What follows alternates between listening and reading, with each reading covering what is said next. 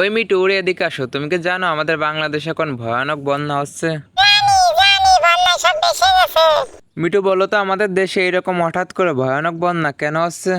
কারণ মোদি ফারাক্কার গেট ছেড়ে দিছে। মিটু, মোদি তো আমাদের দেশটাকে পুরোপুরি ভাসিয়ে দিয়েছে, তুমি এবার একটু মোদিকে এনে দুষ্টু মিষ্টু একটা শায়েরি বলো তো। মোদি অল টাইম পাবি, মোদি অল টাইম পাবি।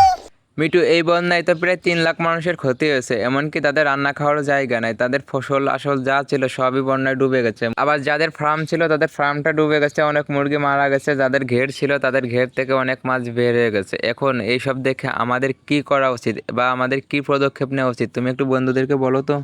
এখন আমাদের উচিত তাদের পাশে দাঁড়ানো, তাদের সাহায্য করা। মিটু, বলো তো মোদি আমাদের দেশে ফারাক্কা গেট থেকে কয়টি গেট ছেড়ে দিয়েছে যে গেট দিয়ে আমাদের দেশে পানি ঢুকতেছে? 20টা। আচ্ছা মিটু, মোদি তো আমাদের দেশে পানি ছেড়ে দিয়েছে, এখন আমাদের ইন্ডিয়ার বিরুদ্ধে কি পদক্ষেপ নেওয়া উচিত? ওদের দেশে বাবরকে লাগিয়ে দিতে হবে। আচ্ছা মিটু, বলো তো এই বন্যার কারণে আমাদের বাংলাদেশ থেকে কয়টি জেলা পুরোপুরি ভেসে গেছে? আটটি। ওই মিটু, তুমি যদি এখন মোদিকে তোমার হাতের সামনে পাও তাহলে তুমি মোদিকে কি করবা? এরকম ঢোকাবার বলবো, শালা আমাদের গেট বন্ধ করে দে, বন্ধ করে দে।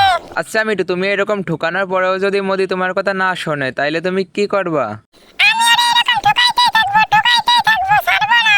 বন্ধুরা, এই বন্যার কারণে মানুষের অনেক ক্ষতি হয়েছে, তোমরা যে যা পারো দিয়ে সাহায্য করো, সবাইকে সাহায্য করো।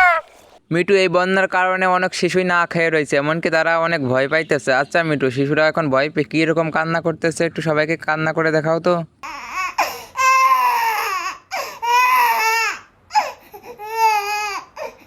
মিটু, তুমি এদিকে আসো, সব ঠিক হয়ে যাবে, তুমি আর কান্না কইরো না।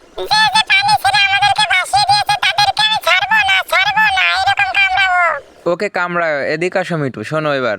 কি আর শুনবো, আমার অনেক কষ্ট লাগতেছে, যারা বন্যায় ডুবে গেছে তাদের জন্য অনেক মায়া লাগতেছে আমার। এখন আমি কি করবো বলো?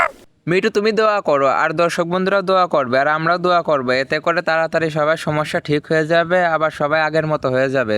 ওকে, আমি দোয়া করবো, আর দর্শক বন্ধুরাও দোয়া করো। মিটু, দোয়া করার পাশাপাশি এখন উচিত আমাদের তাদের পাশে যেয়ে দাঁড়ানো। এখন তাদের খাওয়ার জন্য কিছু নাই, তাদের রান্না করার মতো এখন চুলাও নাই, এখন আমাদের উচিত তাদের পাশে দাঁড়ানো, তাদেরকে সকল ধরনের সাহায্য করা। মিটু, তোমার কি মনে আছে আগের বারের বন্যার কথা, যে বন্যায় একটি মোমবাতি 60 থেকে 70 টাকা দিয়ে কিনতে হয়, যে দেশে কাফনের কাপড় কিনতে অনেক টাকা লাগে? তুমি কি জানো আগের বারে সেই বন্যার কাহিনী? জানি।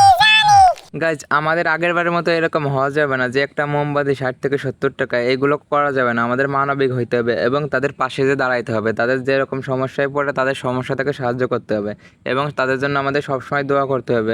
মিঠু, এবার একটু তুমি দর্শক বন্ধুদেরকে কিছু বলে দাও। বন্ধুরা, আমার মালিকের এরকম একটা ভিডিও তৈরি করতে অনেক কষ্ট হয়, তোমরা এই ভিডিওতে একটা লাইক দিয়ে চ্যানেলটা সাবস্ক্রাইব করে দিবা, আর এরকম ভিডিও কে কে চাও কমেন্ট করে জানাও।